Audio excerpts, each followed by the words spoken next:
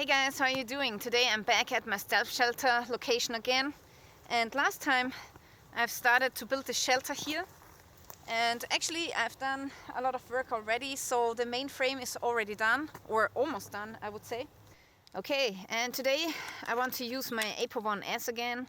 This is the survival knife that I have designed, and it's pretty robust and thick, and this is the new version which comes with the green liners. And now let's keep building the shelter, and for this I'm going to switch to my GoPro because then the filming is much easier and I don't need a tripod and I can build much faster.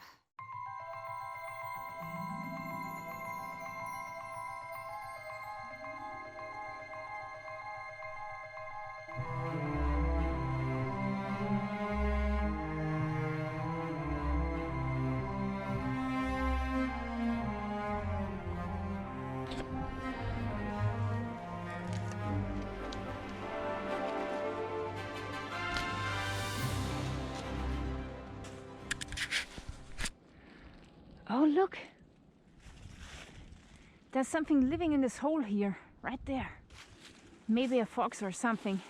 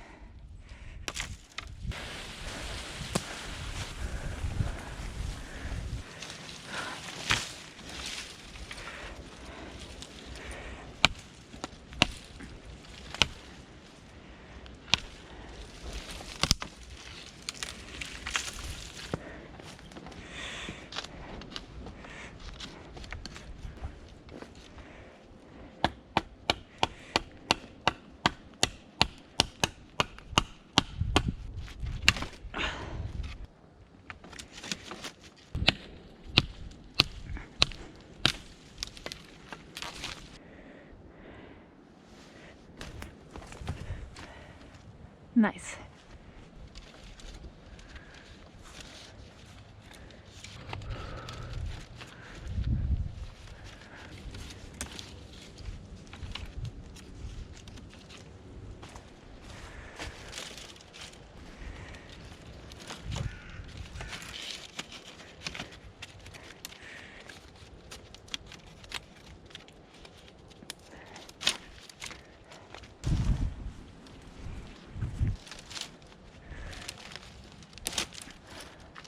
Alright guys, so I have almost finished the shelter. Look at it now.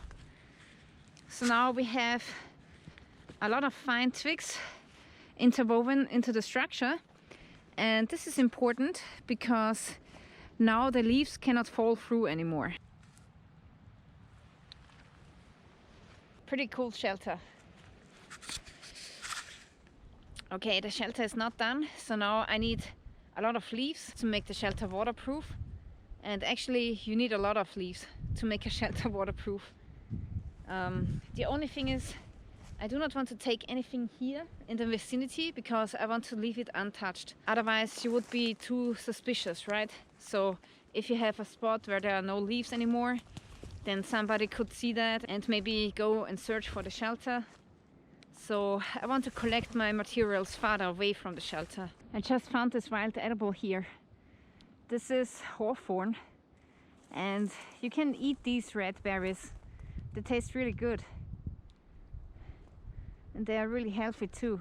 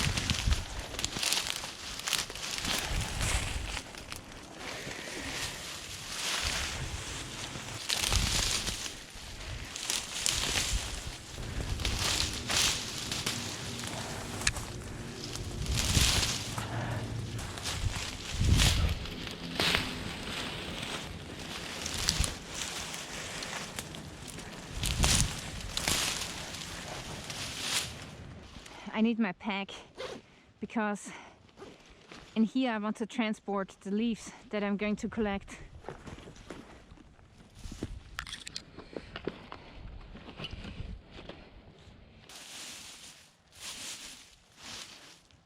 This is something you cannot eat. It's a little bit poisonous. In German we call it gemeiner Spindelstrauch. So don't eat this. You will definitely get a sore belly from this.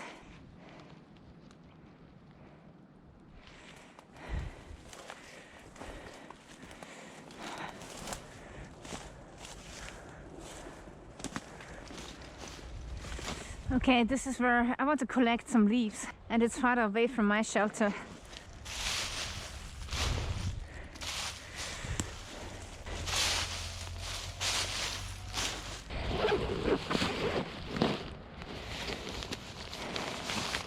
Guys, I'm so glad I had this trash bag with me. This was just by accident. I had it in my rucksack and completely forgot about it. And it's awesome because now I can carry a whole lot of leaves here.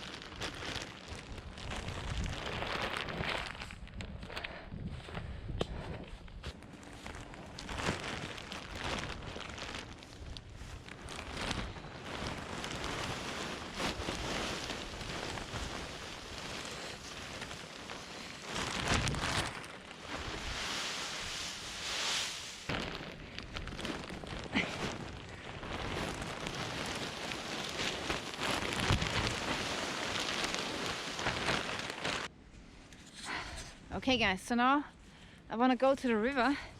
I'm taking my backpack because I'm going to collect a couple of stones which I need in a later episode for building a primitive stove.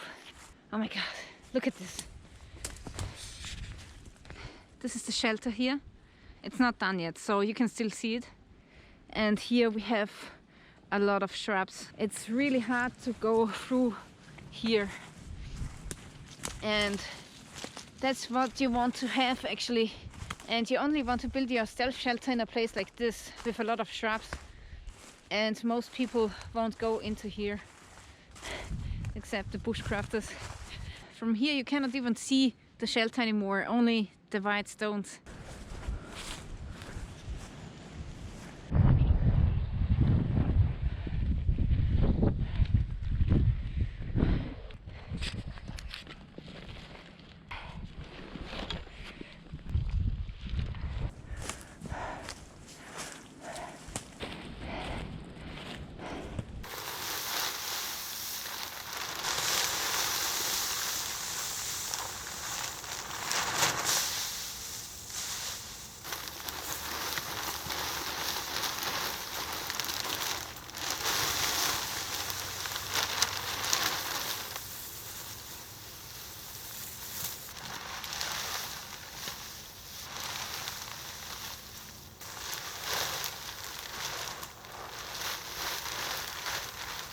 Alright guys, so now it's time to camouflage the shelter. This is a pretty good shelter and probably also waterproof, but it really sticks out of the landscape so you can see it pretty good.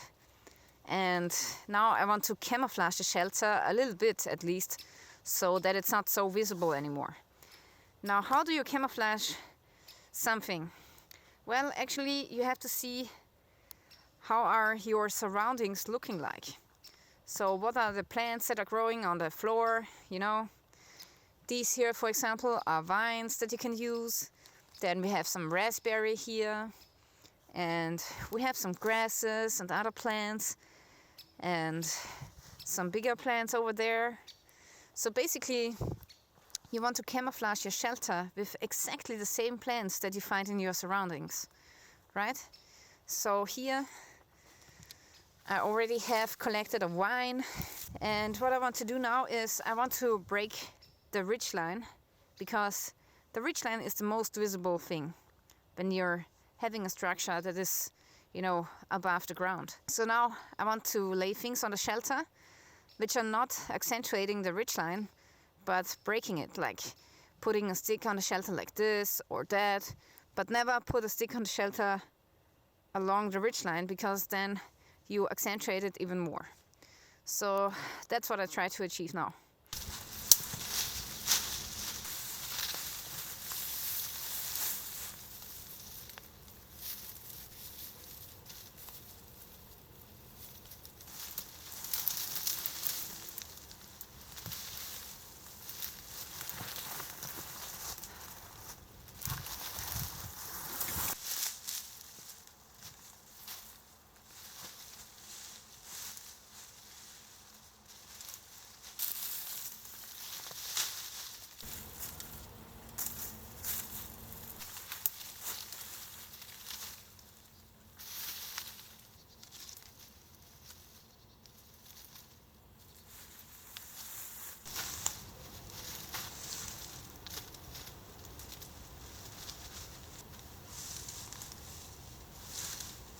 Okay, so I pretty much have finished the camouflage of the shelter now.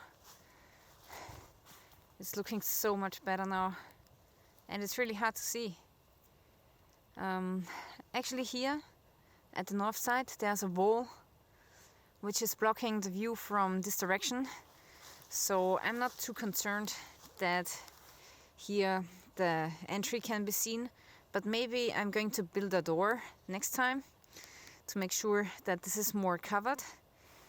And the only thing which is a little bit risky is that there's a deer trail coming from here going to the back here, so maybe I should build a wall around here to make sure that I'm invisible when I'm sitting inside of my shelter. And back here it's no problem, like this is pure bush and nobody will come from this direction. So this here is really the only way that I could see somebody coming through, but actually nobody did so far, so I don't think so. Alright guys, so finally the shelter is done and I'm really happy about it because it looks great. There's one more thing to say. This here is not a survival shelter that I would build if I was in a survival situation and if I had to survive a night in the woods. This is something that you would build for 2 people because it's really big. Let me show you.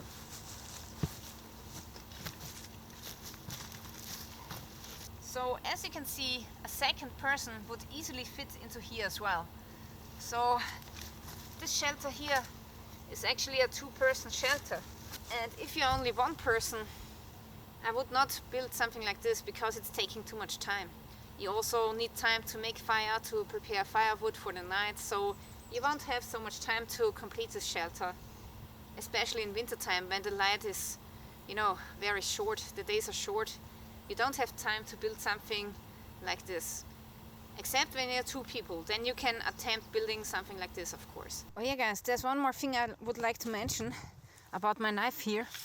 So let's say you are wearing a backpack like this one, which has hip flaps at the side.